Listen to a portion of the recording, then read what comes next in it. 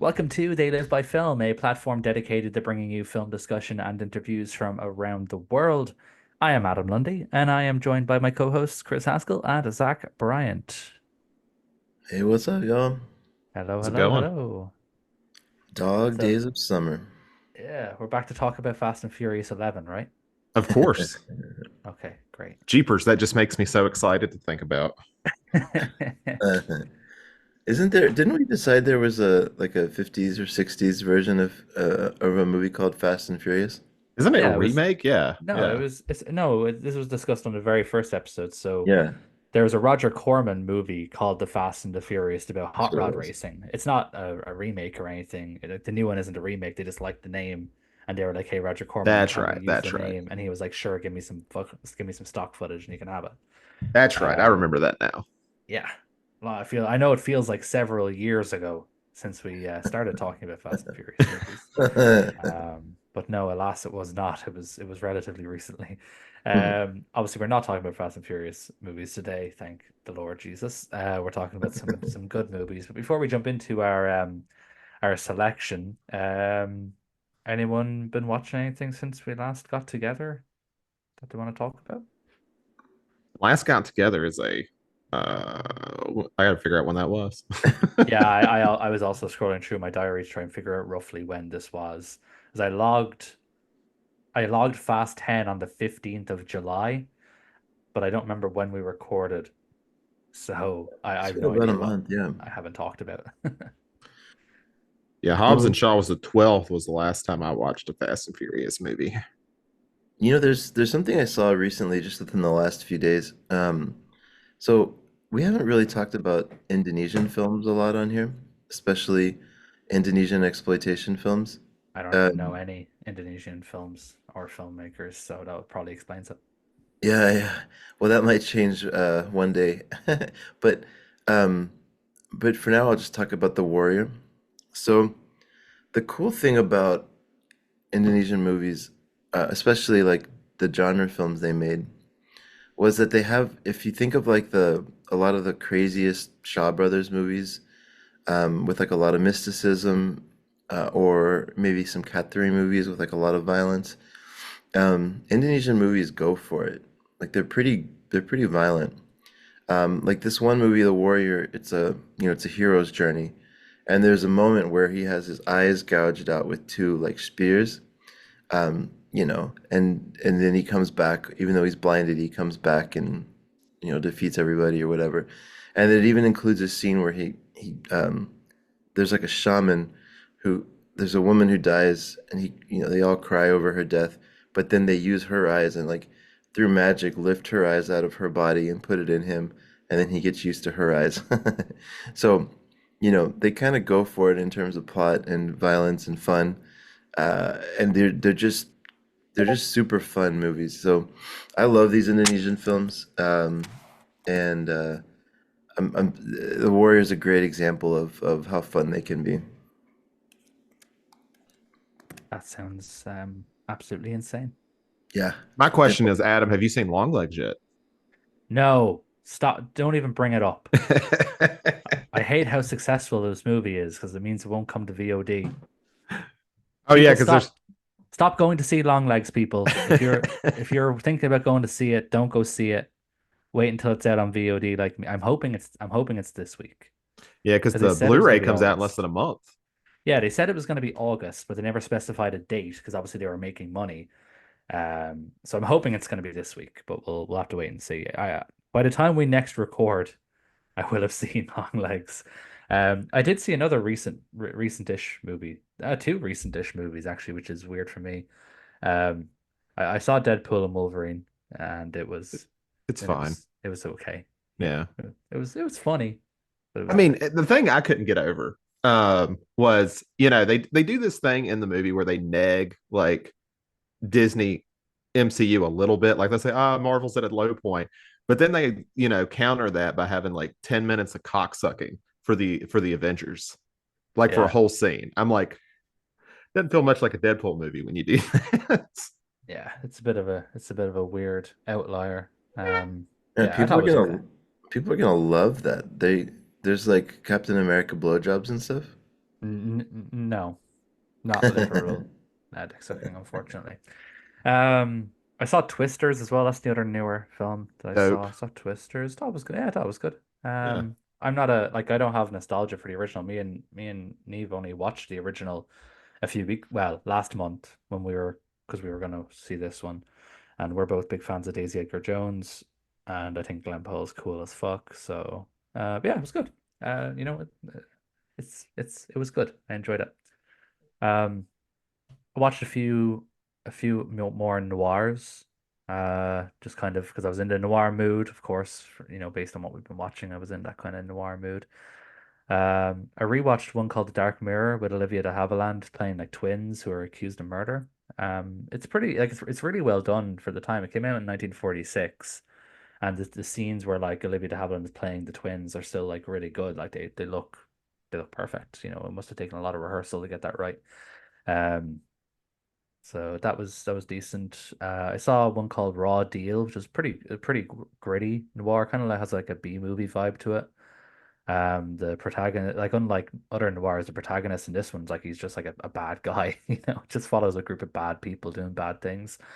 And then I watched another Fritz Lang movie called While the City Sleeps, which is an interesting film because like it's about a murderer on the loose and trying to figure out who the murderer is and catch them.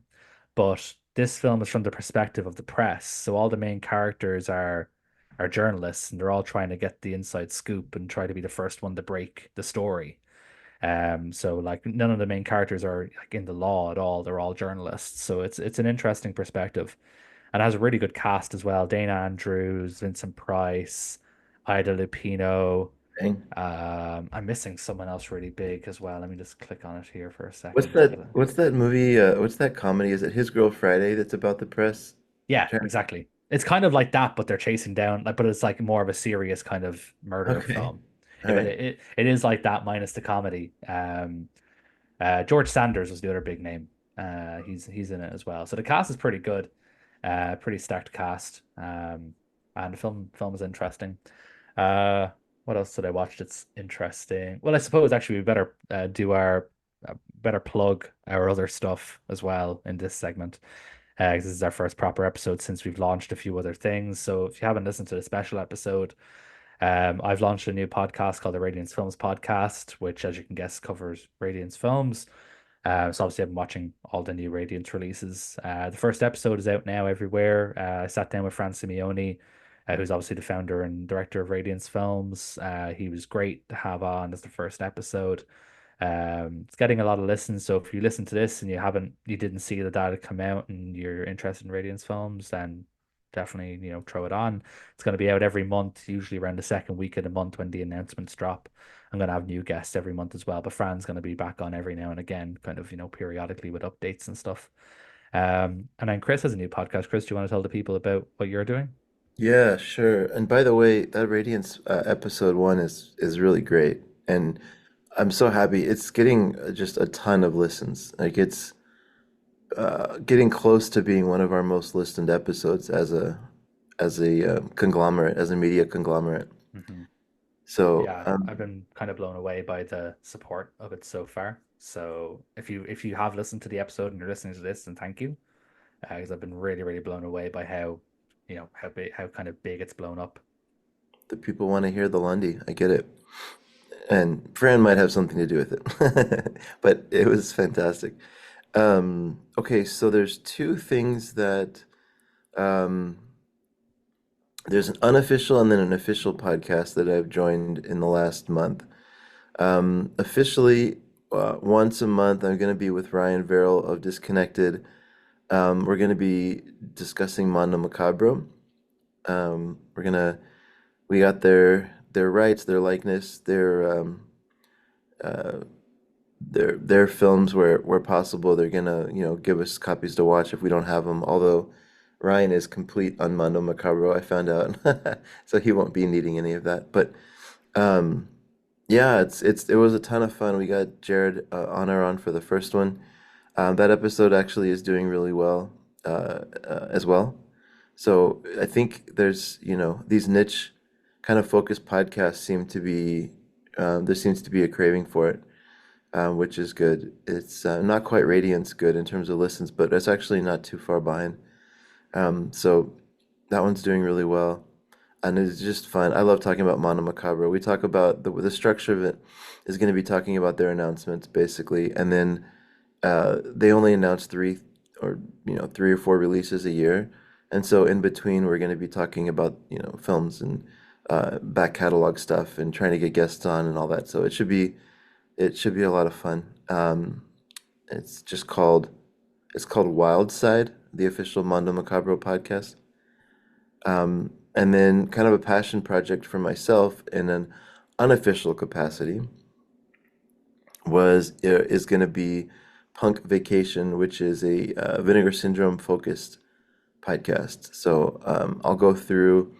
I've kind of divided it up twice a month. It'll hit around the first and around the 15th, and it, the first is always going to be an announcements episode because they at 11 p.m. well noon Eastern on the first of every month they drop their announcements. So I'll try to record it to come out the second if it's a record on the first and edit on the first and come out the second. But we'll see how that works. But that's mostly going to be an announcements focused episode, and I'm going to try to focus on one partner label each time we do the announcements episode. And then the middle of the month is going to be actually talking about the films from the previous month because they always ship out. We're recording this on the 18th. My shipment should come in on the 21st, and that's pretty typical for when the subscriber shipments come in. So I have from the 21st or 22nd to the 15th to watch that bunch of films from August in this case, and then we'll discuss them around the mid-month of September. So yeah, I'm really enthused about it. We've already had four people from Vinegar Syndrome say yes to be on the show. So I think it'll be cool to hear from the restoration folks, from the production folks, from the archive folks. It's just and eventually getting up to the bosses, hopefully one day. But it's just a fun passion project, I guess. I was shocked that there was no Vinegar Syndrome podcast in existence. So happy to start one and see what we can do with it. Yeah, thanks. Those are the two. The other ones got shut down, I think. If you're more into your YouTube stuff, Zach has an update on that front. Yes. So you've been hearing about their podcast. If you prefer to listen to podcasts through YouTube, I can't guarantee they'll be up the same day as release. So if you want them immediately, stay with your podcasting apps for that. But they will be there available if you have a preference for that. On my side, I have begun working on pretty much a subset of the They Live by Film YouTube channel, which is going to be They Die by Film, where I'm going to cover a lot more horror stuff. Specifically, just yesterday, as of today is recording on the 18th, there is a review for Alien Romulus. So I have seen that recently and for any other business. But if you want my thoughts and you have 2 minutes, it's on there to listen to. You can see how many words I can fit in 120 seconds. It's very good, Zach. No, thank you. I appreciate that. It's like it feels like something that would be edited by a studio. I'm not saying that just to promote it. Like it's really good. Well, I appreciate that because the hardest part I had is because all you have to work with when the movie's not out is trailer clips, and that is the hardest thing to work with. There's a part where there's just nothing I can do because they'll fucking put every logo they can all over the screen, even if it's from an official YouTube channel. So I was like, that's fun. Thank you for that. But I'm glad it turned out all right. Yeah, I really did. Cool. As far as go ahead. No, go ahead. No, I was just saying, as far as what I've been watching, I'll keep it quick. So we got 3 movies to get into. I have let's see, I watched Trap. I actually watched Deadpool and Wolverine first, but we've already talked about that. It was fine. It existed. Afterwards, I saw Trap. Trap was really good. I like Josh Hartnett a lot. He's really good in that role. It's a very I think the issue I've seen, like reading other people talk about it, is it's a very humorous movie. It's very on purposely funny. And I think it kind of runs into that thing where people think M Night can't be funny, so they think it's unintentional. But it's a blast. I went to a crowded theater and it seemed like a lot of people enjoyed it. I enjoyed it as well. Beyond that, I rewatched Raimi's Spider-Man trilogy, which have amazingly held up still. The first two were still the best, but you know what? I think three is still really great. It's kind of fun going back to that one years later because I think that one still gets made fun of a lot, but it's really not that much different from the first two, except for the plot's a little messier. Uh, but like the goofy things people make fun of in three are definitely in one and two to like a huge extent. Hmm.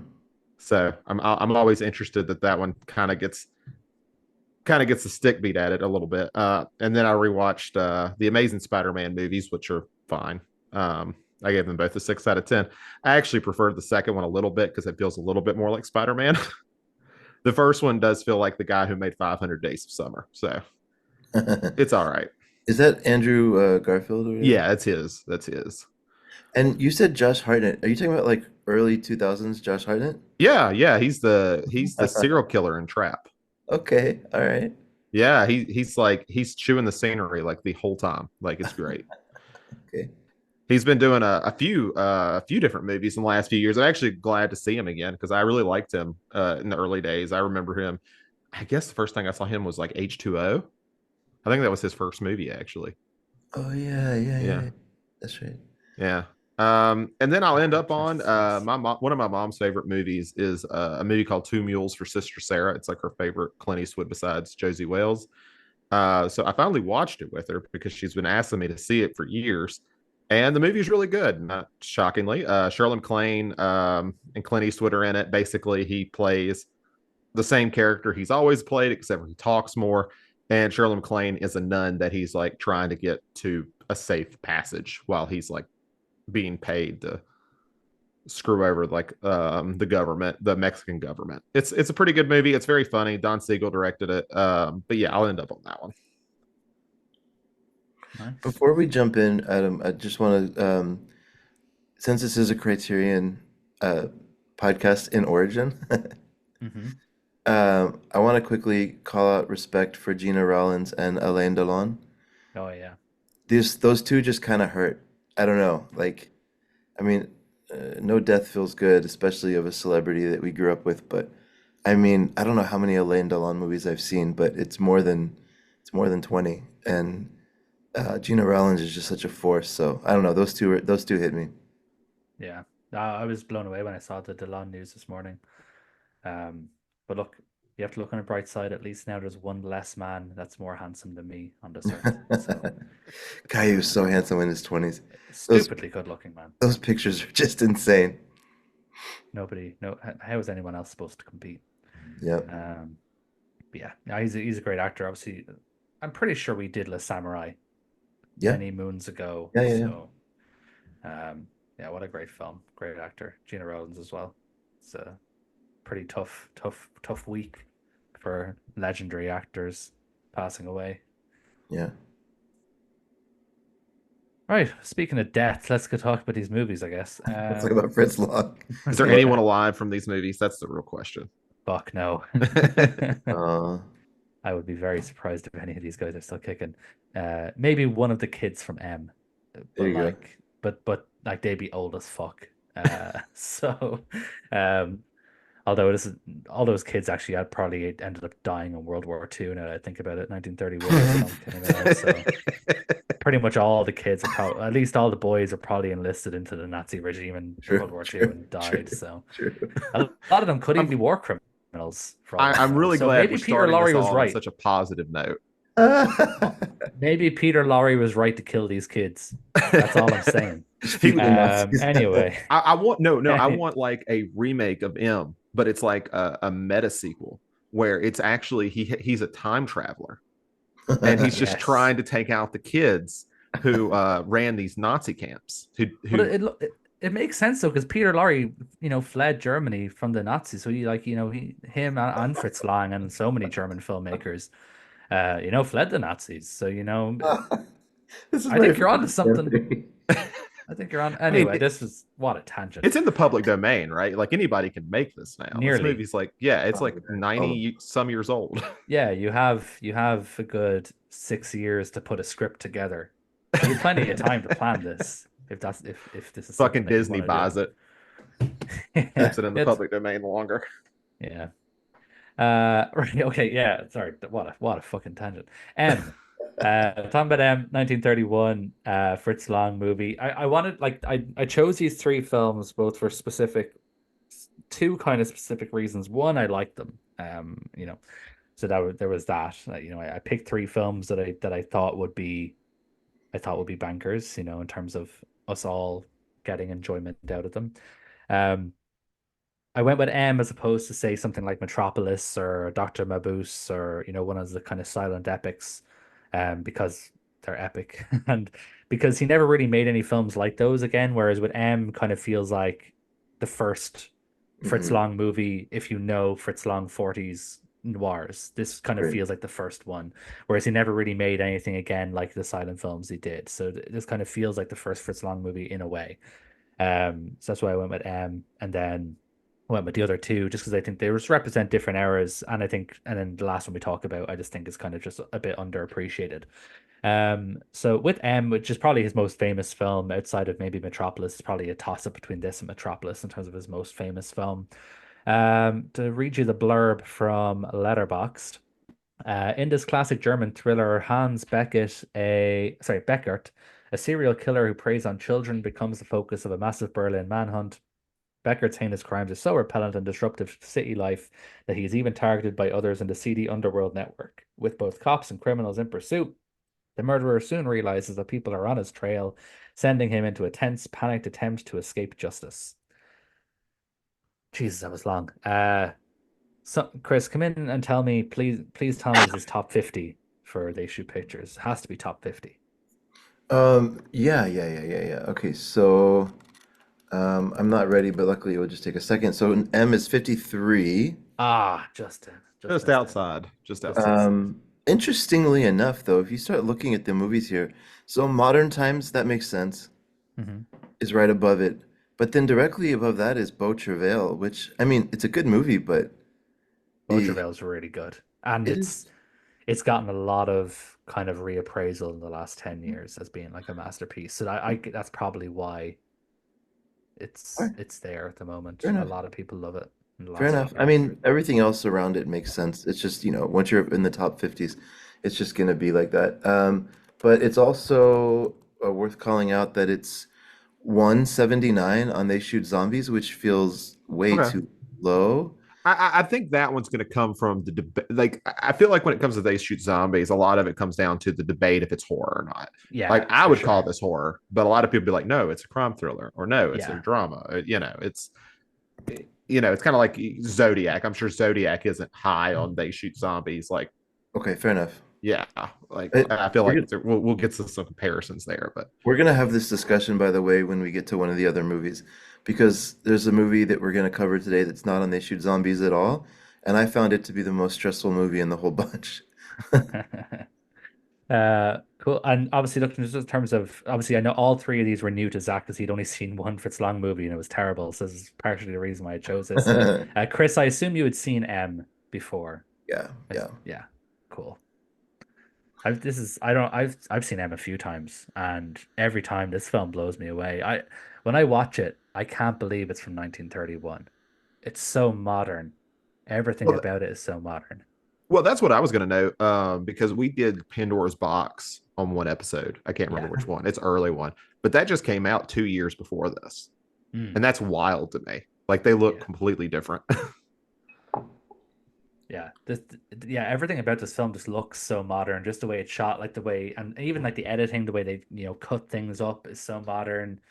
And I haven't researched this, but like this film also feels kind of like a blueprint for every police procedural film that will then come out. Now I don't know if it is the first police procedural, but it feels like it probably is one of the first kind of police procedural films.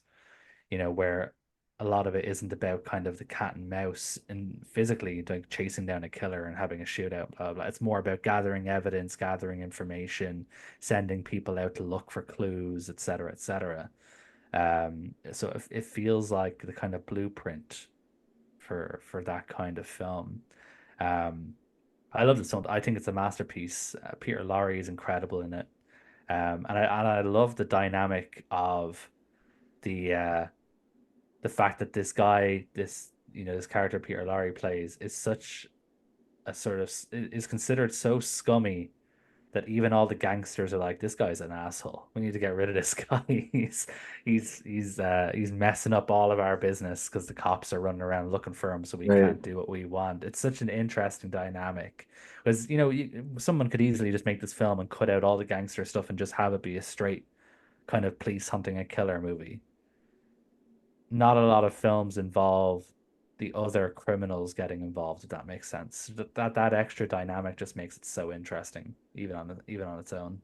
Well, there's, I mean, I want to hear what Zach says first. I have a lot to say on this, but Zach, what did you think? Like, what was your kind of, how did this film hit? No, I dug it. I dug it. It's actually maybe surprisingly not my favorite of the three that we're going to talk about, but I really liked it. I'm a big fan of like the serial killer type stuff, so of course, this is more reference to like Jack the Ripper and things like that. But I feel like when Fincher goes to make Zodiac, it would be weird if he didn't have some references here, because I feel like a lot of that is taken to a degree. Obviously Zodiac's a true story, and it carries a lot of similarities to Jack the Ripper, but it's a very fascinating how it is like you talk about, Adam, like it's very much about gathering evidence. It's very much about the actual procedure of justice. And I like probably my favorite bit was the editing between, because it feels very like when you talk about very modern. I think the editing's very modern, where you have that scene where you have the police officers in a room talking about it, and then you have these like vigilantes, almost, you want to say, or the citizens having a similar conversation, and it's just Yeah, cutting back and forth so naturally. Um, Super impressive, because that's obviously that's a little bit easier to do now, but it just looks great. that's the exact scene that I think about as well when I think about the modern editing. Is when that is something you see in a modern film. It's not something you really see in the 30s, the way they could, like you said, jump between the different rooms, and the conversation is almost continuing between these completely different characters in different settings, but they're talking about the same thing. That is such a modern editing technique that you just don't Mhm. see in this era, and you still wouldn't see, like, you still won't see that happen again probably for another 20 years, which is insane. Mhm. This is a surprisingly, if you look like behind the scenes, there's this is one of those movies to me where everything kind of comes together to make one of the greatest films of all time. Like this is, first of all, when I first saw this, I was like, okay, I get the hype. Like this is legitimately one of the best movies I've ever seen. But when you start to dig behind it, the cinematographer, um, I'll get to in just a second, but he was like a classic cinematographer.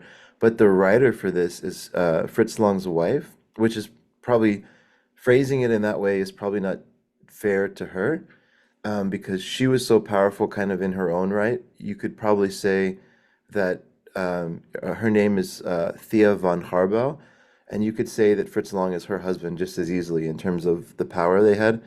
I mean, she was this like force in German silent cinema. Yeah. She wrote Dr. Mabuse the Gambler. She wrote Die Nibelungen, which is this huge epic, right?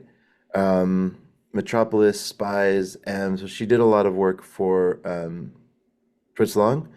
But she was also, if you just scroll through her filmography, she worked with basically all the big German directors. She worked with Murnau, and then a bunch of folks that I haven't even seen their films, but are famous, like Fritz Wendhausen and E.A. Dupont. And she was just all over the place in terms of screenwriter.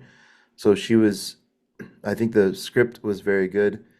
And then when you look at the cinematographer, it's a guy who, Fritz Arno Wagner, who was all over the place in terms of German expressionism, right? He was kind of well known for his ability to film beautiful angles and shadows and a lot of the stuff that goes into some of the greatest German films.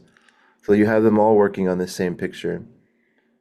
And Um, just because his name pops up, I think in all three of these films, the Wagner guy, that is the same one. I'm guessing is in like the same production company. No, I'm looking at his filmography, and he stops making films, quite early. So So this yeah, is so it's just a different bar. Okay, I was just curious because I yeah. saw the name keep Oh, I popping know up. who you're thinking of. You're thinking of William Wanger, who Yes, was the producer of Scarlet Street and Secret Beyond the Door, and he was married to yes. Joan Bennett. That's who you're thinking of. He was an American guy. He was a producer. Oh, okay. That's who you're thinking of. This is Wagner, so slightly different. But I'm looking at his filmography. It's insane. He did the cinematography for Nosferatu, yeah, for Dr. Mabuse, Kameradschaft, which is one of the best disaster movies ever made, the Pabst film. right. Diary of a Lost Girl. That's an insane run he had. And even a film called The Three Penny Opera, which we know Chris is a fan of. It's Um, beautifully shot. Yeah, but yeah, like this guy was very accomplished cinematographer. Like Nosferatu alone is insane. exactly. So I think, as much as the more films we see by Fritz Lang, I think he is obviously a very talented director, but he was also somebody who was willing to be kind of like a director for hire. Or his career forced him into that. I mean, who knows? Um, so not every one of his movies is a masterpiece. And I might have a hot take about one of the ones we're going to watch today, because I was laughing at how ridiculous the plot Chris is was. gonna hate my favorite one. I can already tell. He's gonna hate it. Maybe. Yeah. But he didn't, as far as I can tell, he didn't have to write his movies. Like he was fine working with other writers and just being a director. And so although he was a very talented writer when he did, but this film is a good example to me of just everything kind of coming together in a way. Um, I'm like you, Adam. I've seen this movie probably at least 4 times now, and every time I actually like it more. I think there's something about the details and the way that people are introduced. Like this time around, I was watching. This is a weird thing to call out, but I was watching the way that they actually organized the, I guess like staged the scenes where people were going out and looking for him. So like they have this scene where there's kind of like a hilltop, and there's a bunch of police like coming down the hill, and then they're all in a line. And there's another one where they're going through a city and they're all in a line. But the way those scenes were kind of shot and staged is very uh, meticulous and very masterful.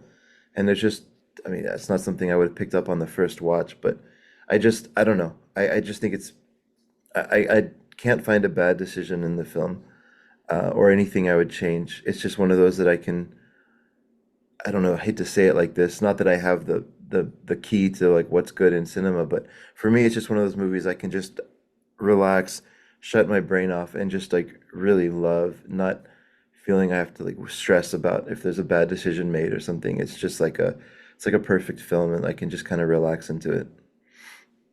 Yeah, that planning of the shots and the kind of scheming that goes on to kind of get, a good scene, it pretty much happens throughout the film. There's that other scene as well where after the sort of criminal masterminds of the city have decided that they're gonna basically hire out all the homeless people to kind of, stake out the streets to try and find this killer. There's a Yeah. scene where Peter Lorre's walking down the street and he's getting followed by, these homeless people, but they keep like swapping. Like one will get so far and then hide in a door, and another Yeah, one yeah, will yeah, take yeah, yeah. over and follow a little bit more. It's all just so just really well planned, and the timing of it is all really excellent.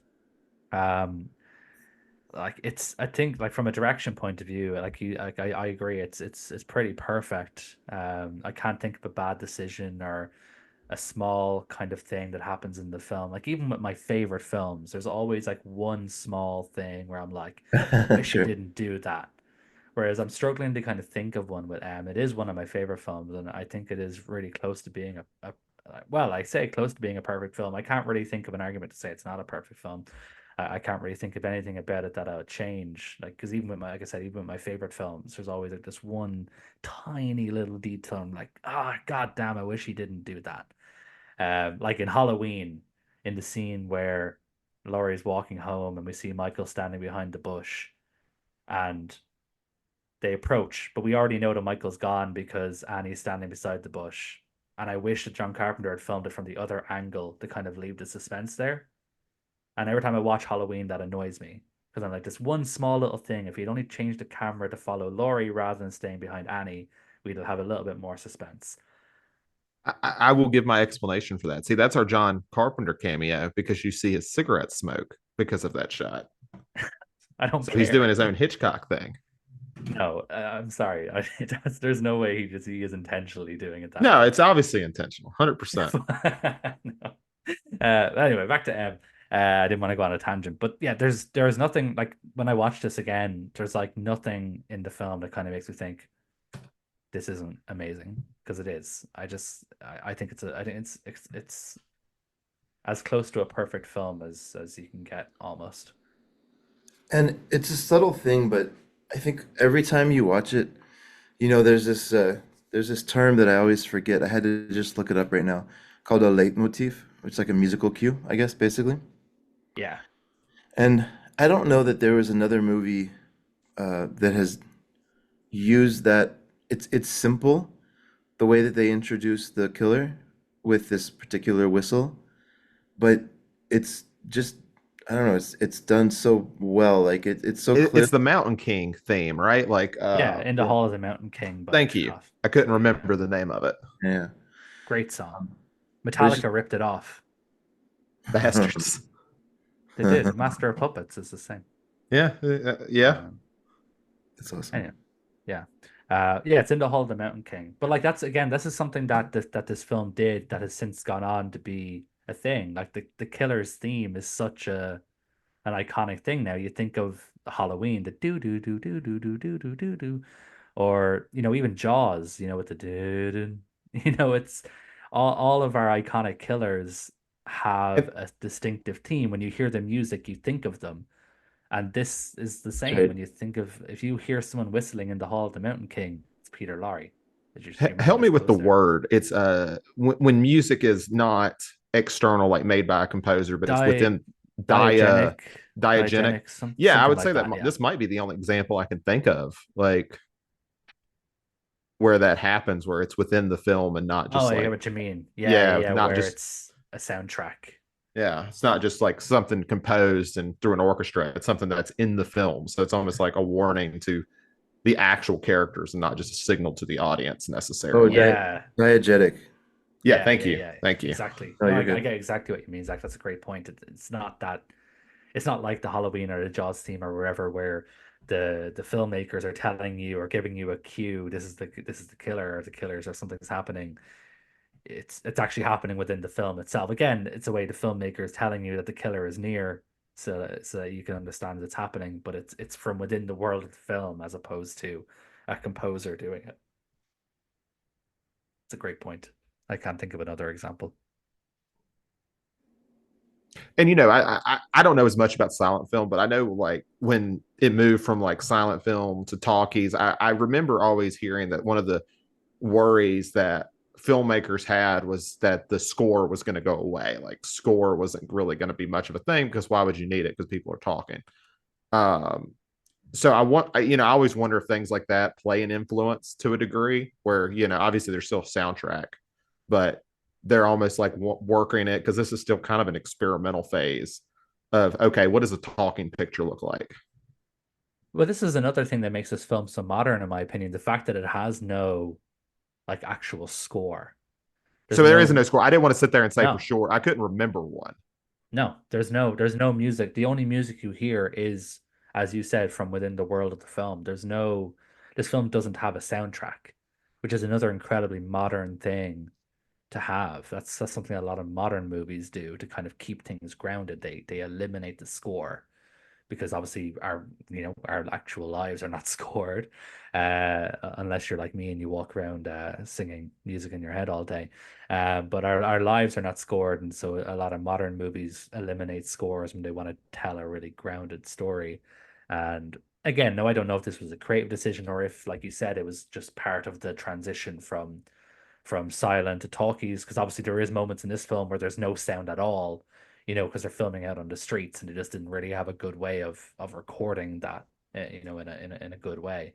Um, so I, they're it's very possible this is just an experimental phase between formats where maybe they didn't want to have a score kind of being overbearing on dialogue or etc. But in looking at it kind of in hindsight, it only adds to the kind of modernity of the film.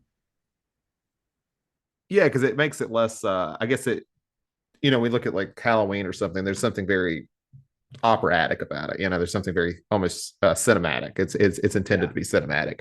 Where this, I guess, where you look at police procedurals, it's really not. This is supposed to feel almost real. Like this is things that could happen. You talk about the modern slasher now. It's the fear is supposed to be, well, being a random victim could happen to anybody. Yeah, and especially like this is a film that would play on so many people's fears even now, because the entire notion of child predators being out there and being able to sort of steal away your kids, whether it's back in the 30s with a promise of candy or it's now through the internet, that that's still a very prescient fear that a lot of people have. Um, so, not having a score and kind of keeping that grounded nature, I think really adds to, how powerful the film is in its message.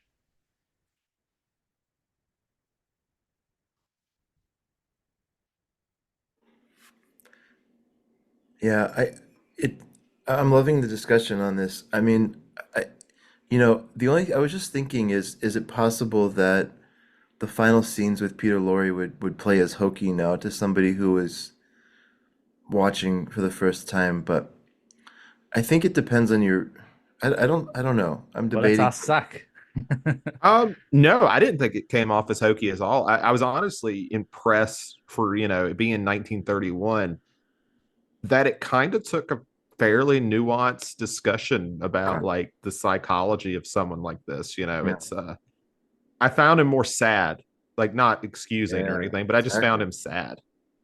And I think that's kind of a hard thing to pull off, especially, when we're looking at psychology still being a fairly new idea at this point. Like it's not super old. Obviously in Germany it's big because of Freud and things like that, but I was actually just more impressed how they handled it because I think about like one of my least favorite examples of it being done, which is something like Psycho, Yeah.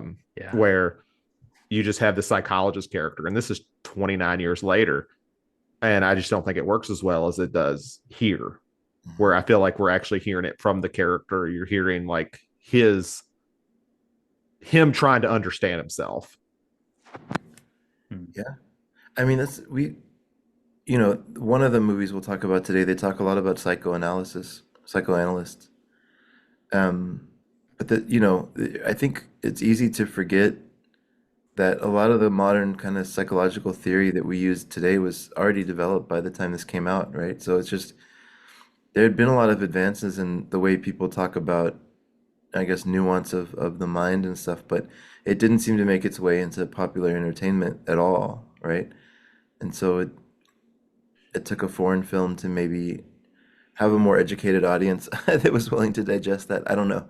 I don't know how you want to say that, but there's certainly throughout German cinema there was a lot of interest in psychology and the mind, and I think there's a little bit more of that in some of the German expressionist movements. Yeah, definitely. It's that's a big thing. Like think of like something like the cabinet of Dr. Cagliari and stuff like Right, that. So it is a huge thing, and it's funny that like Hollywood cinema for the next even 20, 30 years still did a terrible job at representing right. psychoanalysis, and we'll talk about one of these examples later on. But then the one that always gets my goat is the Hitchcock film Spellbound, with Gregory Peck. Right. It's just like cringe inducing, some of the sort of quote unquote psychoanalysis stuff that goes on in some Hollywood See, movies. I'm glad you're bringing up Uh, Spellbound now. so I can talk about it later. Foreshadowing. Yeah. Excellent. Excellent.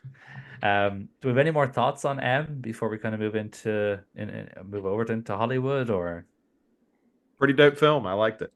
I actually I will give it like actual thoughts. I think for someone like me who is this isn't a silent film, but like I'm not someone who goes out of my way to watch a lot of 20s and 30s movies just because I find a lot of it inaccessible. Like at least daunting, I guess is the word. You know, I'm much more into like the 60s, the 70s, and the 90s and stuff like that. I think this is a good one to like kind of help people get into it. Like I was much more impressed with this. I was kind of waiting for it to be a little bit dry or stuffy, and it's not. Fully agree. can I just say I just clicked on the year 1931. Holy shit, what a banger year for movies.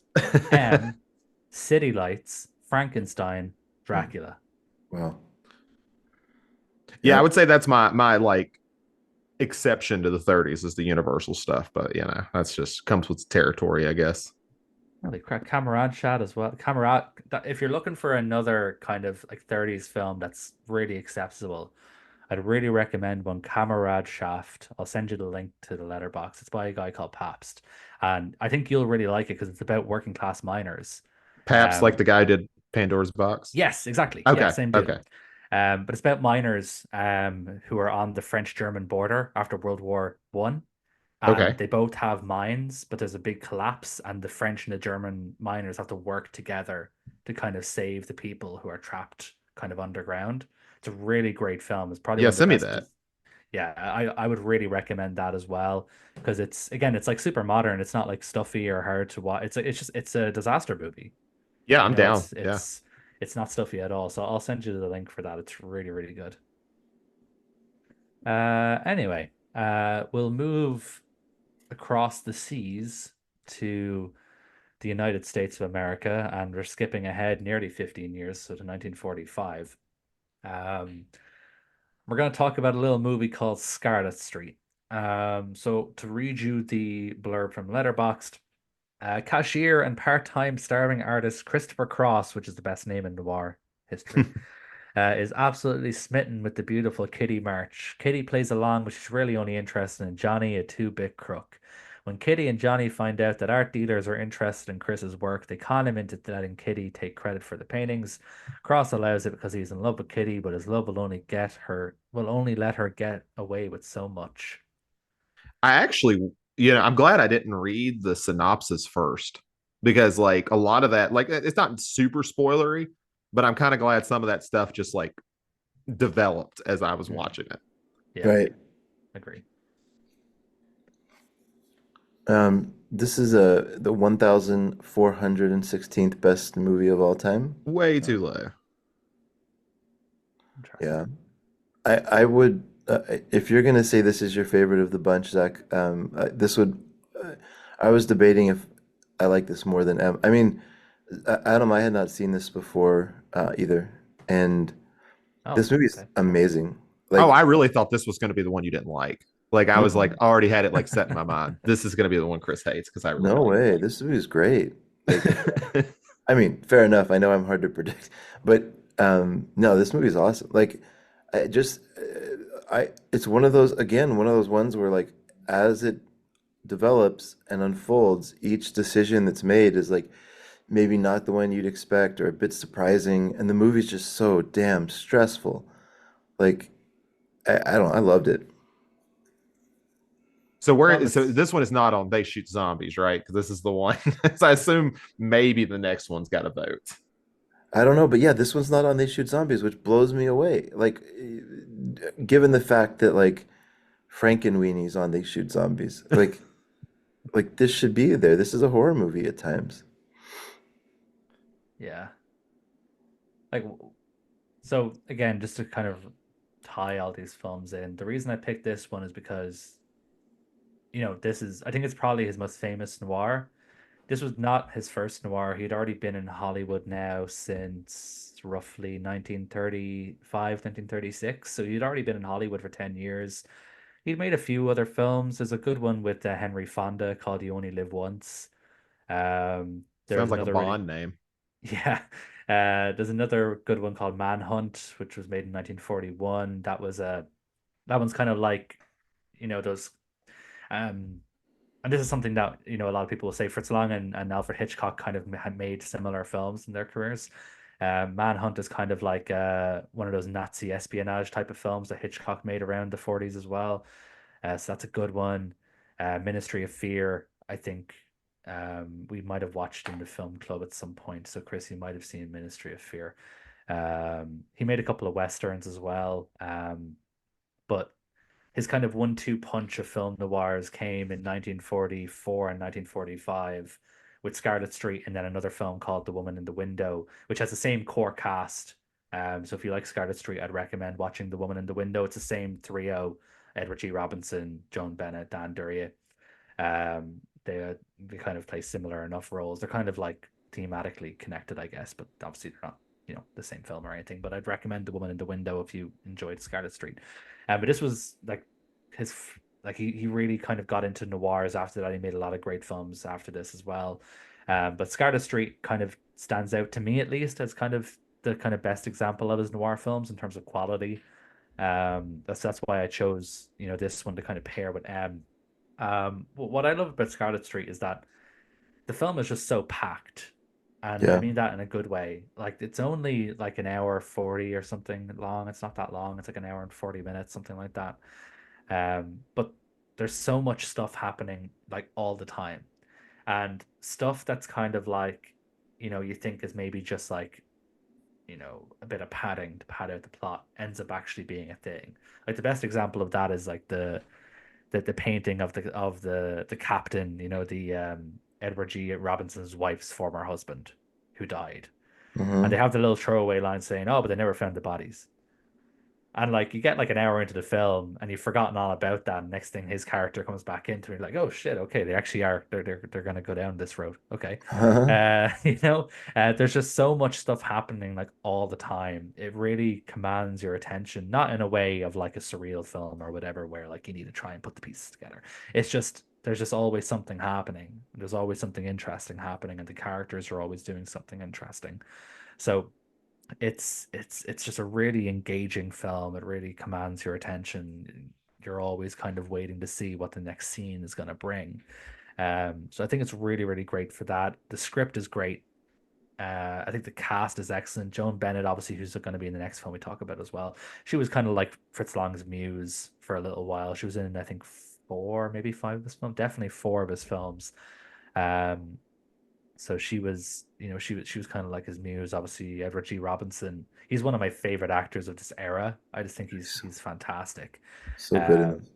yeah, and it's so interesting to see him in this kind of role because he was always the antagonist in films. He was in a lot of gangster movies in the 30s where he was always like the gangster. Right. The kind of the main guy, the mafioso. And obviously, despite being the only character in Double Indemnity who's not a criminal, he is technically the antagonist of Double Indemnity, because he's the one, trying to, track down Dana Andrews' character. Despite the fact that he's the only one who's not a criminal, he's technically the antagonist. So it's kind of interesting seeing him in this role where he's just this pathetic sad sack. He's just this absolute, like, just a loser. He is a loser, and it's so interesting seeing him playing that kind of character because he's just such a he is such a strong guy otherwise, and he plays his character so well. Um, and I think the dynamic between the three kind of core cast members really elevate the film as well. Like Dan Duryea, he actually didn't really do a whole lot.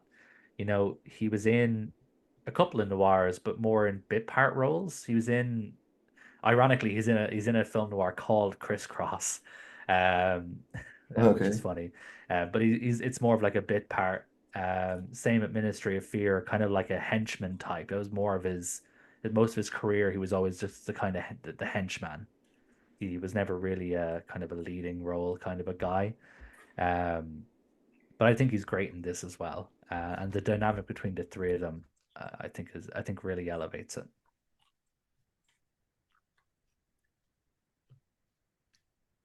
One of my favorite little pieces of trivia about this is the novel this is based on is called La Chienne, and if you look up the translation of that, it loosely translates to the bitch.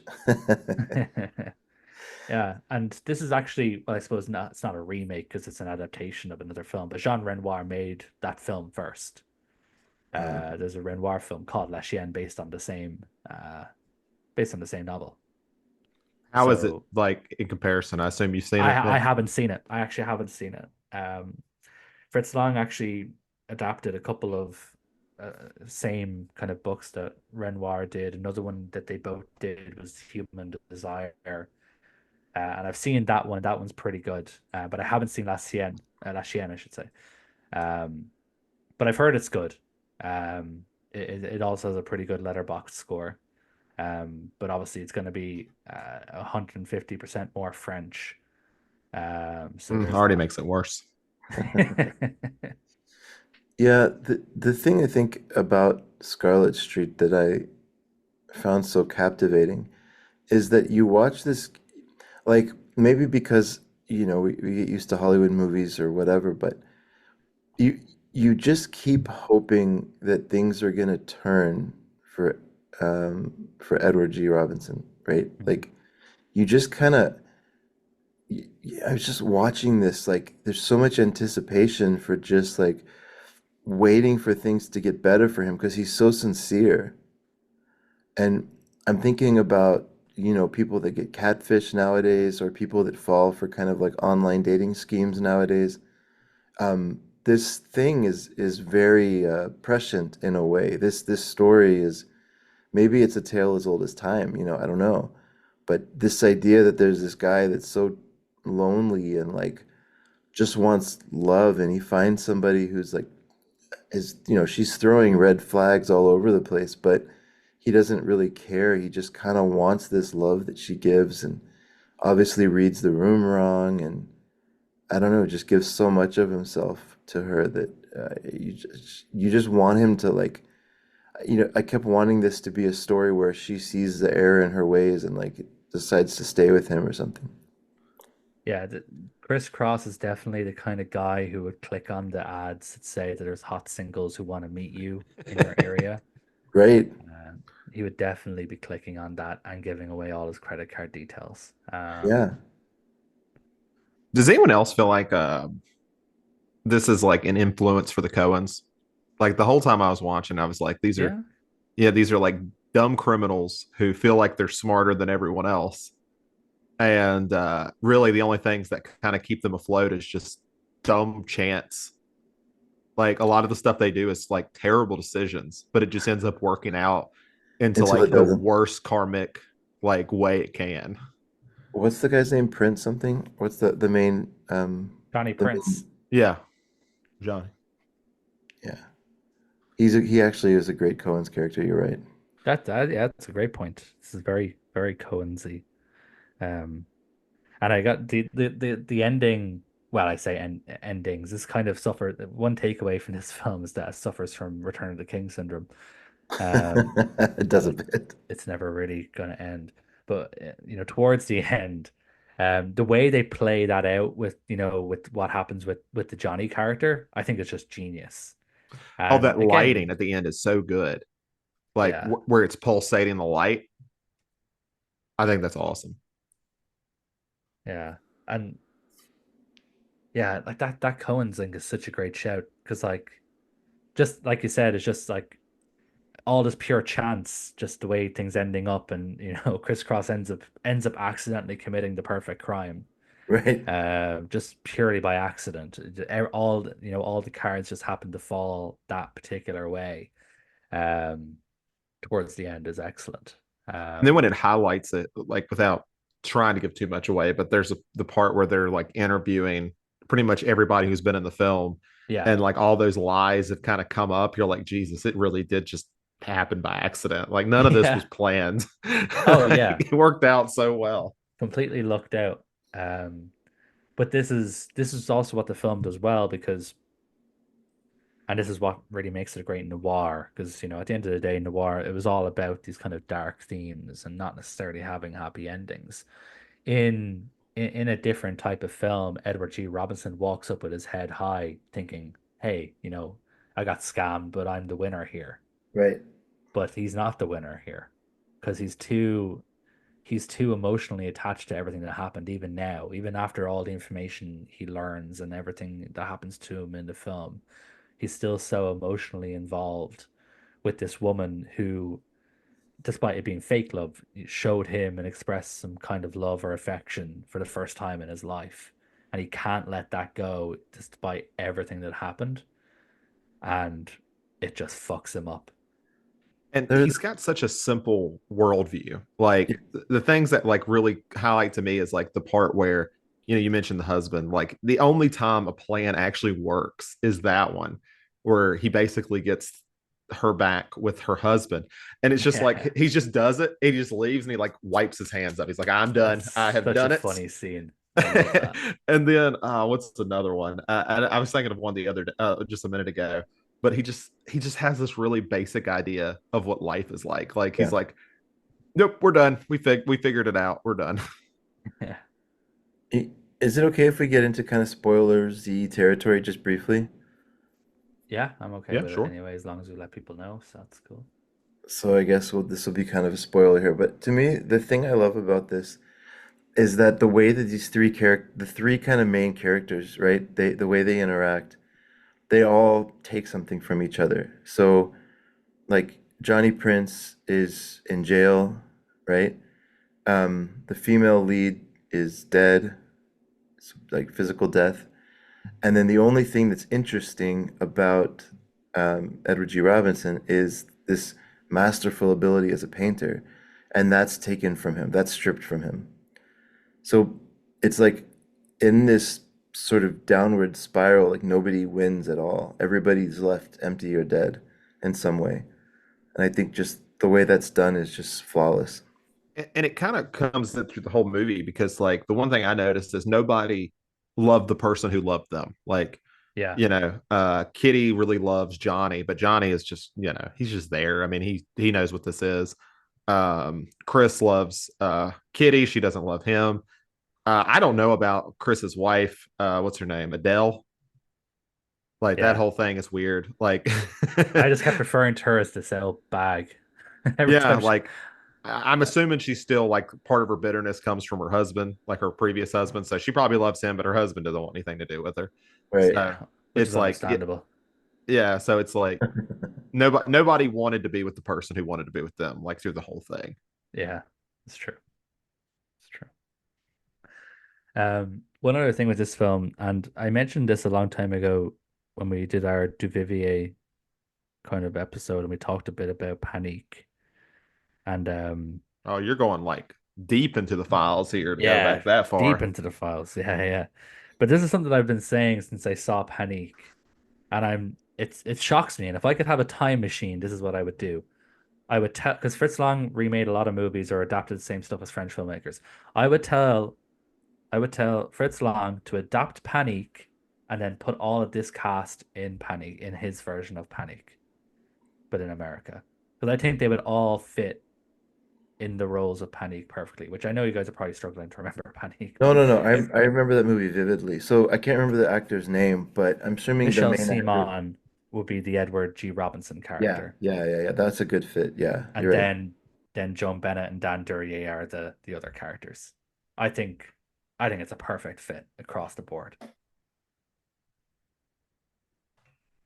I was thinking a lot of Panic actually watching just in terms of like the way the crowd sort of gets riled up and the city kind of gets, riled up. Um but yeah, that's a really you're right. Edward G. Robinson, especially watching him perform in this movie and Mhm. getting to see the range that he has, he would be great in something like Panic where he's just so confused by what's going on. Yeah. Actually, I just remembered the example I was going to give earlier about him being like really simple. His embezzlement plan is like the definition of what you don't do when you're embezzling money. He literally just like takes it. He just takes it. Like he doesn't Yeah. have any plan. He's just like, I'll just take $1,200. They won't notice, which is Yeah, like a for ridiculous amount of money at that point. yeah, and I thought for sure, and Neve pointed this out because I watched it with her. I watched all these movies with her actually. No, actually, that's a lie. I didn't watch M with her because I wouldn't subject her to a foreign language film. Um, But I watched this and the next one with her, and she said to me, she was like, "Oh, it's okay. If he gets caught, he's gonna use the fact that the main guy's cheating on his wife. He's gonna use that as a way to get out of it."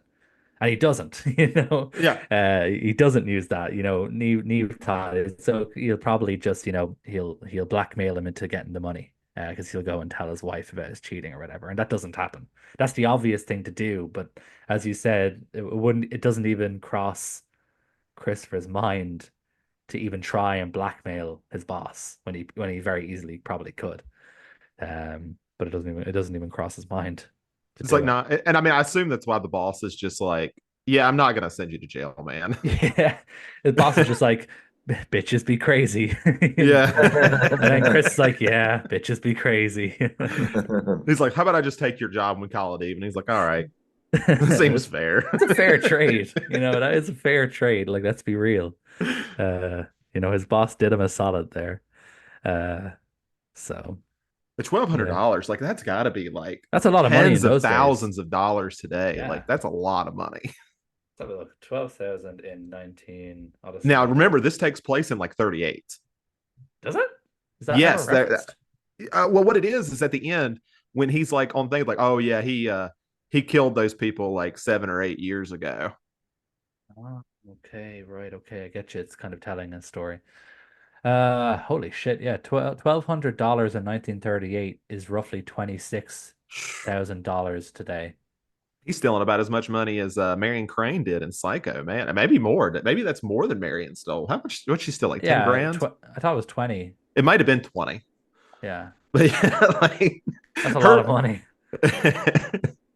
Well, but this is a cycle, right? Because 20,000 in the 60s is probably 40,000 now. Yeah, it's true. Yeah, so they both have the dumbest like embezzling plans. They just took it. They just Just took it. took it. At least And she then, ran off. yeah, at least she skipped town. She was across the country, and it's not like like it would have taken effort to get her back. Whereas, Chris Cross came to work again the next day after stealing Hey, these numbers don't look 1,200. right. I don't know. Ah, I s- sorry, I fudged a decimal point somewhere. Funny. They when I used to work at Blockbuster Video, they would you do a countdown of the till every night, and if you were more than $1.50 off, you had to sit with the manager and like talk about the shift and see what happened. And I remember one time I was $22 off, Jeez. and I was like, uh-oh. And I mean, obviously I wasn't stealing from Blockbuster, like but um, I luckily, as I was like trying to just defend myself to the manager, somebody walked back and said that a 20 had fallen down, like whatever, and like right under the till, and so it had just somehow fallen out when the till came out. So then I was like $2 off, which is still not great, but it just you're always at the end of a shift because there's a line of people like around the door and everybody's using cash. So at some point you just claim it to being an idiot on math. $2 is much better than 22. I'm Yeah, at sure. that point your boss is like, meh, we can Yeah. deal with that. Well, what happens over time is some days you're over because you don't get the right change. Right. You could be over $3 or a dollar or whatever, and then some days you're under, so it kind of balances out. But yeah, $20 is something where I would have had to basically like give them $20 or get fired probably. So, I'll anyways, make my quick story about that sort of happening to me. So I worked at a retail place before I worked at the theater, and we were taught to put the $100 bills underneath the till. Like, don't oh yeah, leave them out in obvious places in case somebody reaches in and just takes it. sure. Um, so when I got my first day over at the theater, somebody paid like two people paid with $100 bills, which is insane because tickets were $6.50. I had to give a fuck ton of change. And they just randomly started counting the drawer at one point because we didn't do it like officially or anything. Just like during the day, you just kind of count to make sure you're right. You're still good because you don't go a whole like 12 hours. And my manager's like, we're $200 short. And I'm like, what? I was like, there's no way. And then like a few minutes later, I was like, did you look under the thing? And she's like, oh, yeah, we don't do that. I'm like, okay, that's fair enough, I guess. Oh well, that's good you found it. Because the I thing might was, as well. nobody just worked the cash register. Everybody worked it. So there was no like one person who could have like been figured out who did Oh, it. Like we all worked it. I see, I see. Would have been the perfect crime. I guess Skip I'll to tell my the retail story now, since Yeah, we're yeah. all sharing a bit of Let's hear time. Adam before Apple. prove Yeah, it. so yeah, I was working in a fast food place, my first job when I was 18, and it was really busy, and I was like taking, cash orders at the till or whatever, and a guy was like, "Oh, you gave me the wrong change. I gave you a 50 note." And I was like, "Well, that's impossible because there's no 50 notes in the till." And he goes, and then I could tell he was just trying to, chance his arm. And I was like, "Well, there's no 50s in the till." And he goes, "Oh, well, you must have stole it then." And I was just like, "Okay, we'll call the cops then." And obviously he didn't, and he just walked away. So there you See, go. depending on the age I was, I would have just been like frozen in fear. Like if I was like 18 and that happened to be like, oh my God, I'm gonna go to jail. There's a name for that. I can't remember what it is, but there's a name for people that try to, there's a particular crime around confusing people with change and trying to walk out with, 20, 30, 40 bucks just in by basically pressuring people like that. They actually trained us in that at Blockbuster because we did it. That happened to us like once a week almost. And so we actually had to have training in that because it's a whole like there's a whole skill around it, almost like, learning magic or something. You can become really good at just confusing people at a cash till. Or like, Yeah. one thing I've seen people do, and I don't know if that's the intention or they just can't figure things out. They'll hand like it'll be like 1087 and they will just hand you like 1108 and I'm like, why did you do this? Okay, Like I I'm gotta guilty. figure this out now. Okay, I'm guilty of that actually, but the reason I would do that is because I wanted a quarterback. I didn't want pennies. So I am guilty of that. And I had a lot of times in my life, I had to be like, no, look, it's exactly 25 cents more. And the person would just stare at me and like go figure it out for themselves because they didn't trust me because they thought I was trying to pull something shifty. I mean, You that's what see, I always assumed. I was just sitting there like because I didn't really like type it in. I would actually just put exact change like on the Yeah, register because we were in yeah, such a yeah, rush yeah. and I would do the math myself. Mm-mm. And so when somebody did that, I'm like, what the fuck? Like, got a you ton of ruined my better out for rhythm, this one. man. Yeah. Yeah, I'm not Anyway, asking. speaking of ruined rhythms, uh, any more thoughts on Scarlet Street? No, this is a Uh, banger. yeah, it's good. I think it's the best written of the three. Like as far as like writing goes, just because the script is just so much fun. Yeah, the script is great, to be I'm fair. so glad you brought up writing because I'm about to shit on writing in a big way. I wonder, I'm just gonna check the writer for Scarlet Street. It's Oh yeah, Lang's this guy. wife.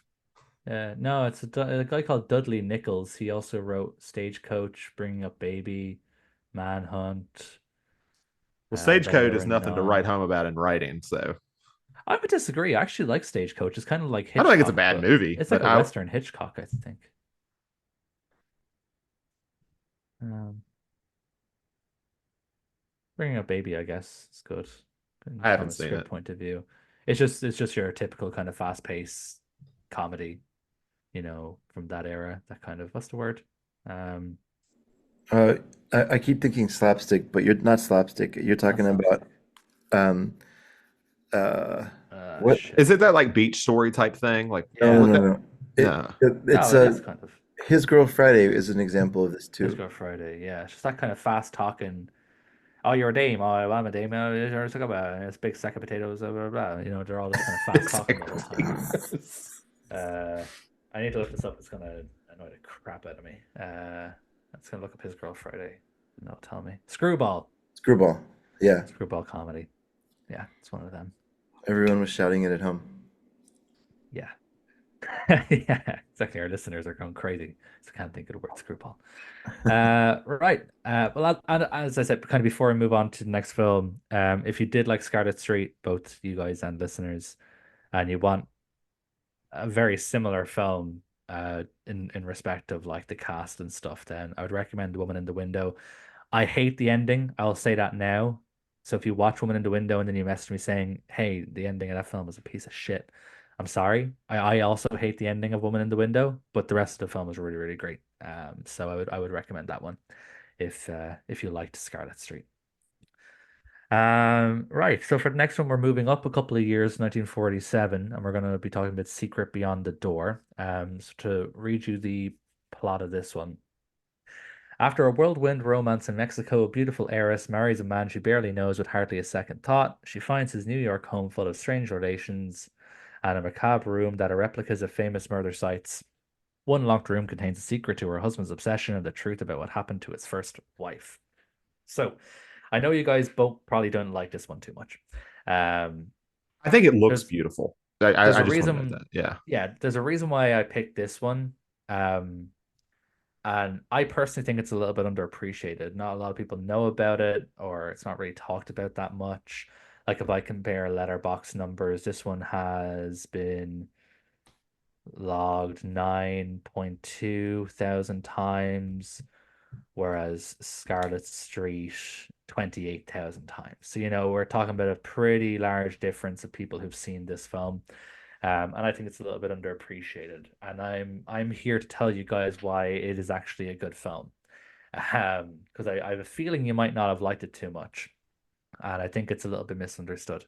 So um, I'll kind of go first, maybe to kind of set the tone for this, is to tell you maybe why I like it. Sure, I please don't do. love it or anything. I don't think it's a masterpiece or anything like that. So I'll just get that out of the way now. I don't think it's like a masterpiece. I don't love it or anything. But I think it's a good film. Um, I'll talk about the two things I don't really like about it. One is the voiceover is annoying. So I don't like the voiceover in the film, at least in terms of how regularly it's there. It's a bit annoying, and it's very low. I don't know if it was just my. I have a copy from Arrow, and the volume is just really low on the voiceover. I don't know if that was just my problem or if you guys had the The same whole problem. YouTube link I use. I don't know if Chris, you used the same thing I did. It was kind of garbage anyway. Yeah, yeah, Okay. yeah, yeah. Okay. And then of course we're all going to talk about the psychoanalytics of this movie are dumb. It's so like the whole psychoanalysis part of this film is stupid as hell. And that's completely fair. The reason the thing that made me kind of enjoy this film, because when I first watched it, I was like, I don't really know how I feel about it. There's something about this that I like, and I can't really put my finger on why. And what made me turn my view around on this film and why I like it is it, the key kind of turned, pun unintended. The key kind of turned um, when I looked at the crew and I saw who did the cinematography. And do you guys know, without looking it up, who did the cinematography? It's the Yeah, Cortez dude. yeah, yeah, yeah. Stanley Cortez, yeah. Yeah. Night of the So Hunter. Night of the Hunter. And that's what made me kind of look at this film differently because I stopped thinking about it as a film noir and started thinking about it as kind of like a modern fairy tale or a fantasy. And when I think of the film like that, take away the groundedness, remove any kind of semblance of reality from the film, make it less grounded, and stop thinking so hard about the logic behind it. That's when I think the film becomes really good because there's so much great stuff in this film. The cinematography is obviously amazing because it's Stanley Cortez. This film features one of my favorite scenes in any movie. Um, I think there's a lot of creepiness, there's a lot of gothicism, there's a lot of macabre stuff. I think when you don't look at the characters as like real grounded people, they all have these great kind of caricatures about them, especially Michael Redgrave's character, you know, becomes almost like a maniacal lunatic when you think of him less like a real kind of modern man. So I know it takes a little bit of mental gymnastics, but if you do ever revisit this film, and if you go into it with the mindset of, take away the logic and the realism out of it and think of it more of kind of like a Night of the Hunter style fairy tale, but in modern times, I think the film is a lot easier to digest and becomes enjoyable. So that's my defense of Secret Beyond the Door. Well, just And quickly before I'll let Zach, I'll let you go next, but I just want to quickly jump in. So most of the people have struggled to get to that point. This is technically on They Shoot Pictures. It dropped almost 3,000 spots last year. damn. And since 2018, it's dropped basically 4,000 spots. Right now, it's at 9,268, 9,268. Um, and I won't lie, I felt a little smug seeing it drop like that because I was so mad when this movie ended. Um, they shoot zombies. It's a top 2,000, or it's just outside the top 2,000. But as we've talked about before, I don't really know what that means in terms of horror movies. It's harder for me to digest 5,000 horror movies than it is 20,000 movies overall. Um, but yeah, I think this movie is people have mixed feelings about it, so it's good you're able to defend it. The world is mixed on it, it looks like. But Zach, go ahead. Sorry, I didn't mean to interrupt, but No, no, you're good. We got to see like where I land. I didn't hate this movie. Actually, there were things I liked about it. I did appreciate the look of the film. There were times where I was just sitting there thinking I could just watch Rebecca and I would probably have a better time. Which is a fair criticism. This film is very, very, very similar to Rebecca. Yeah, and I mean Spellbound is in there just because of the psychoanalytic stuff. But I do think there's some good things. I think what hurt me the most, like I was sitting there thinking about because I watch these pretty much all back to back to back. And so I go in from Scarlet Street, where you have Joan Bennett as your femme fatale, whatever you want to say, where she's a bit stronger. So I don't know if I just couldn't believe her in the role as well, like this type of character. And that could be just me due to just watching her in a movie where she plays a very different character. It was hard for me to like adjust to that. Um, but as you mentioned, that could have been an issue too of just like looking at this more as a noir because I just watched M and Scarlet Street, so it's one of those I would like to revisit now that I kind of know what to expect and like away from the other two, like to see how that would change. so I thought when you said you were going to defend this, Adam, I thought you were going to go with. So this is a retelling of a classic kind of folk story or classic kind of tale called Bluebeard. It's honestly not a story I'm familiar with, but I I can imagine that. So, but it does play into your argument that this is like a classic kind of fairy tale type thing, right? And watch it through that lens, because I think that actually is how Fritz Lang intended it, based on if he's just retelling this classic kind of story, right? Um, I don't know how to say what I hated about this movie without spoilers. Also, I'll wait for a minute for that. This, I, 3/4 of the way into this film, I was gonna say I loved it. I think the Cortez touch is here in a huge way. I think this film, the way they use smoke and shadows and it's just staging again is just perfect. So this is a very well made film, and I really just have like one kind of core complaint about it, which unfortunately really took me out of the movie. Um, but I did not have a bad time watching this. A lot of the movie I really liked it actually. Um, and I think that it was, they built suspense well because the whole point of tension in the movie is that the main lead, Michael Redgrave, right, is the guy's name? Yeah, Yes, Michael Redgrave. Redgrove or something. Yeah. Yeah, Right, Michael okay. Redgrave. It's Yeah. part of the Redgrave, acting dynasty. Okay, great. So the whole point of tension in the film is that it seems like he loves this woman that he met in Mexico and asked to marry after like a night together.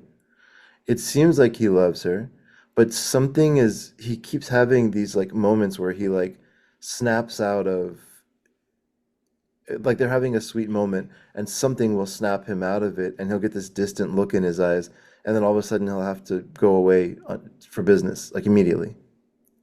And they do a good job, I think, of waiting to kind of, you know, uh, what's the word? Like waiting to reveal what that is. And so I was really into the movie for a long time because I think you build up this life and you're just like, oh no, it's gonna go bad for this woman, but I don't know how exactly. So I like that part a lot. And I'll wait to say what I don't like until we get to spoilers. But I did think they built up the story very well. Yeah. Like I said, look, I'm not going to pretend it's a perfect film or anything. But yeah, I think the visuals from Stanley Cortez definitely do a lot of the legwork. My favorite scene, which is again, as I said, is one of my favorite scenes of all time, is after she discovers the room and she runs out and runs through the grounds, through the fog and through the Yeah, smoke, absolutely. and you see the shadow emerge. That's one of my favorite scenes of all time. When I first saw this film a few years ago, that just blew me away. Yeah. And I never forgot about it since. And there's that amazing shot. I don't quite know how he pulled it off, but as she runs out of the house, there's a shot, and a shot from inside a room looking through the window as she runs across the grounds. But like the angles don't really make sense. Yeah. Because if you're shooting out a window, how are we looking at the ground, you know? Right. Um, and I think that just kind of adds to that kind of that kind of fantasy element that, nothing in this film is really grounded in reality. Just the way the way the shot is composed just makes no sense logically. Looks stunning, really amazing framing. Makes no logical sense how it could be an actual shot and reel. Right. Um, but yeah, look, the tail end of the story goes completely off the wall. Um, and as Zach kind of pointed out, so much of the film lends a lot to Rebecca, which you actually mentioned Bluebeard. I had no idea what the Bluebeard connection is. I've never really heard of Bluebeard. At first, I thought you were talking about the Kurosawa film, but that's Redbeard. So that's not right. So I'm not really familiar with Bluebeard. I'd have to look into it. I don't know if obviously a lot of people watch this film and they think Rebecca, which obviously Zach mentioned, the Hitchcock film by Right. based on the book by Daphne du Maurier. Um, No, I was talking about the Netflix remake that just came out. uh, with Army Hammer, Yes. the Man Eater. Anyway, um, I don't want to get into libel here. So yeah, I think the film definitely goes off the rails in the last 20 minutes.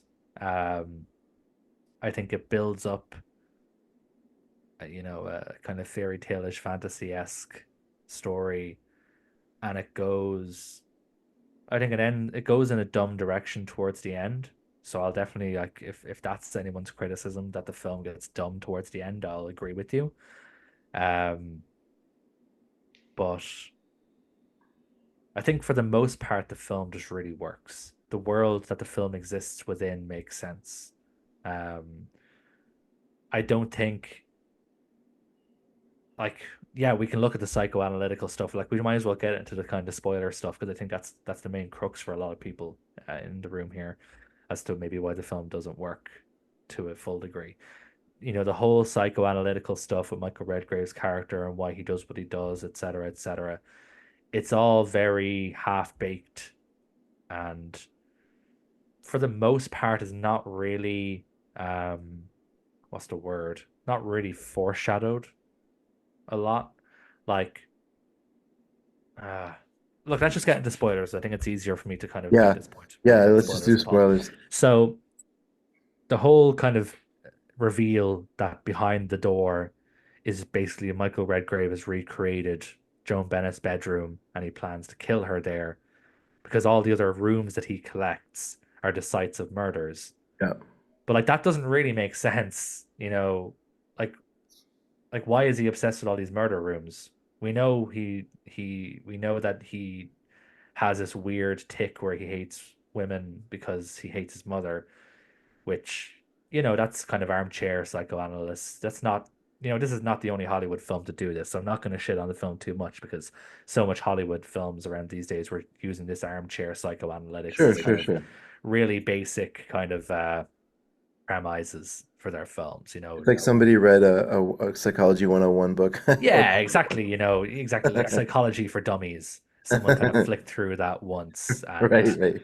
and that's what they've based everything. And that's a problem with Hollywood in this era in general. Any Hollywood film that touched that, whether it's Spellbound, The Dark Mirror, Psycho, whatever it may be, that's a problem just in this era. So I'm not going to shit on the film specifically for that because this is not the only film to have done that. This was just a thing, because people were interested in it, but like everyone only really had a surface level knowledge of it, so they couldn't make it too, you know, too heavy. Otherwise, That's true. people in the theaters won't get it. It needs to be simple for people to kind of digest it because it was new, for the most part. Um,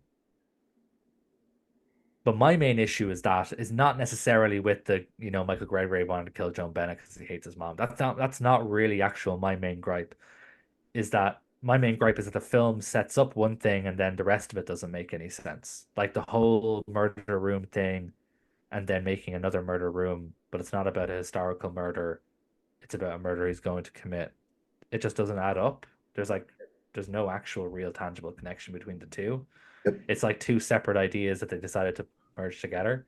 Yep. Yeah, it feels like Um, there should have been like oh, her mom was murdered like years ago or some shit. And then that's the reveal. It's like this is like the murder room or something. I don't know, just something that would yeah, tie it back together.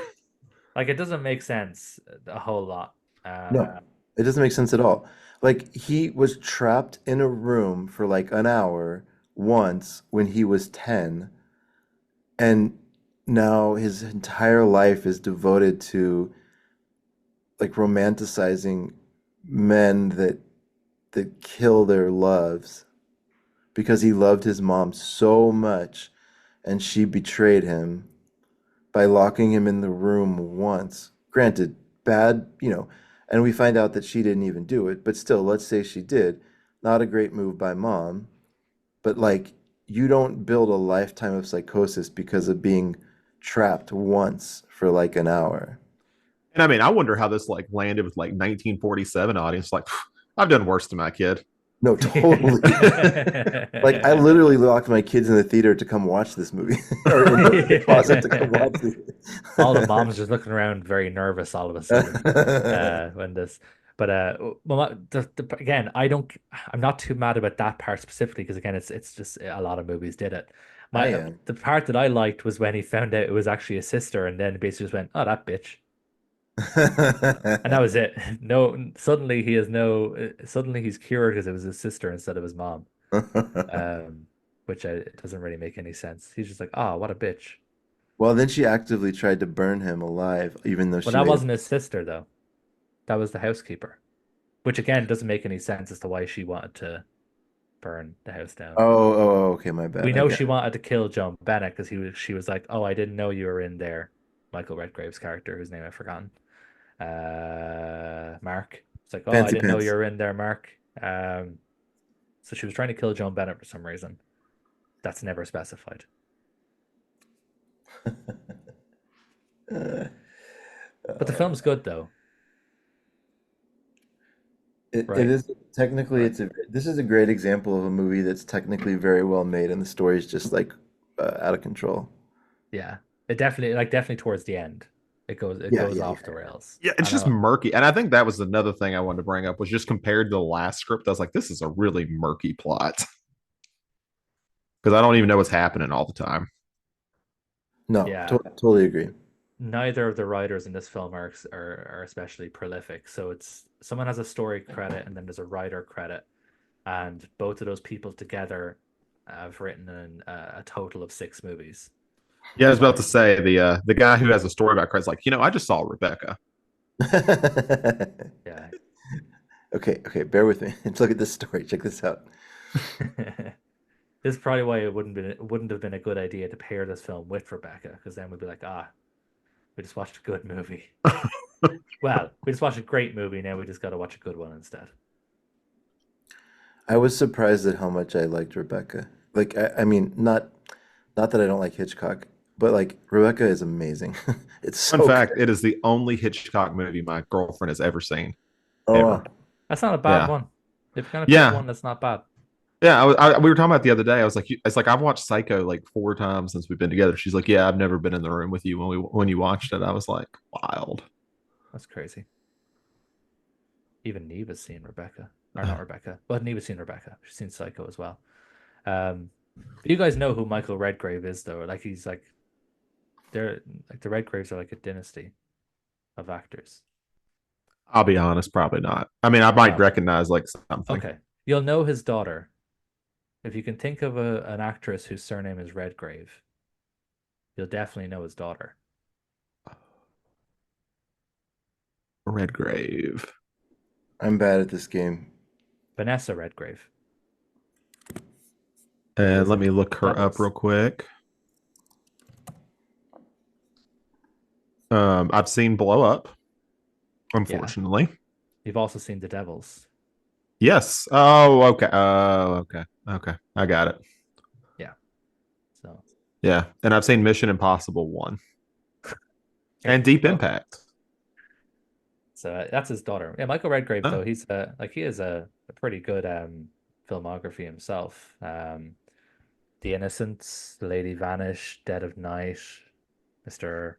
Arkadin, Secret Agent, 1984. Yeah, he's a very accomplished actor. Whoa, Vanessa, sorry. Vanessa Redgrave married Franco Nero?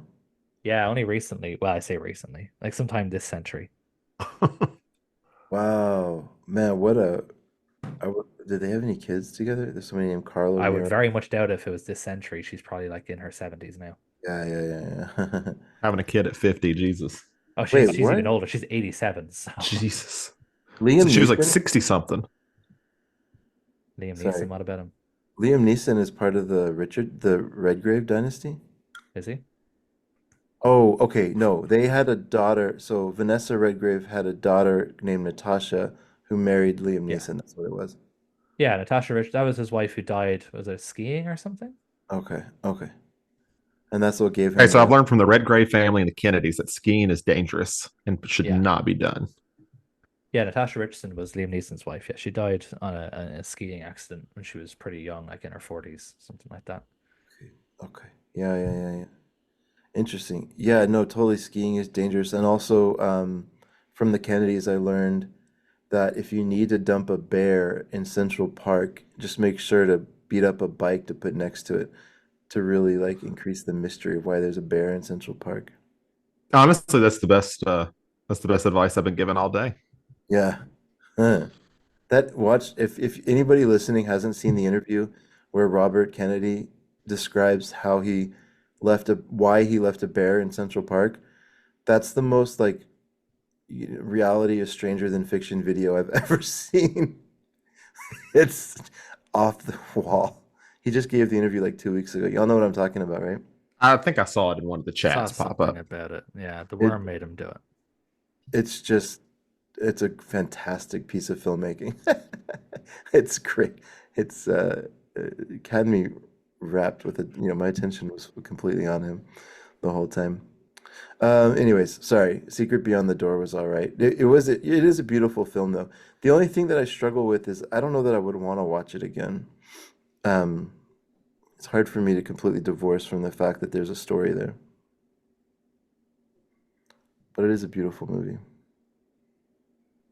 So, Adam, I will end my piece with saying this was much better than Cocktail or Renoir. You know what? That's fair enough. I'll take it. That's a win. That's a win for me. Cool. So no more final thoughts. Do we want to talk about what we're going to be doing next time? Sure, sure. This just gave me an idea to bring German expressionism in at some point, just to do like the heavy hitters from that era, just to see how that plays out. But anyways, that's not what we're doing next. Just thinking out loud. Go ahead, Adam, please. What are we doing next again? Oh, well, this is I think my it's week, next week. right? Yeah. Right. So actually, I'm putting it back on you guys Oh yeah, I to forgot. pick one each from your favorite filmmaker, and that's what we're gonna watch. Yeah, all right, Adam, you want to go first? Which Bergman film I'm doing.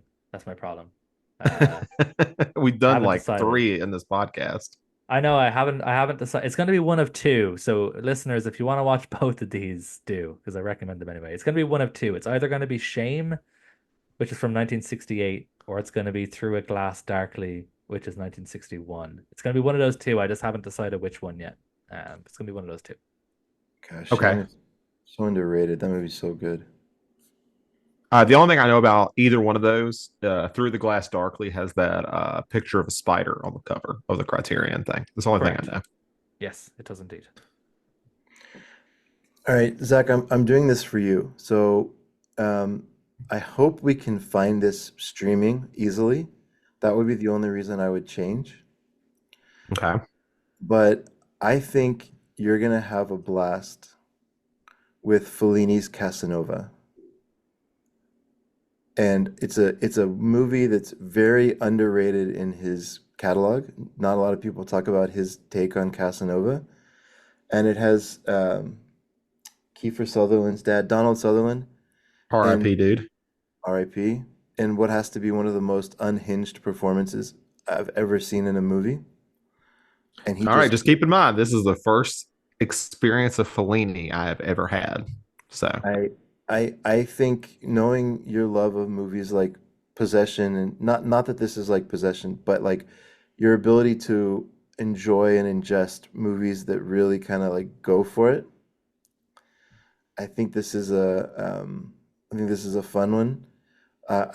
My first choice was going to be to ask y'all to sit through Fellini's take on an opera, oh uh, no. but I decided not to do that as your first impression.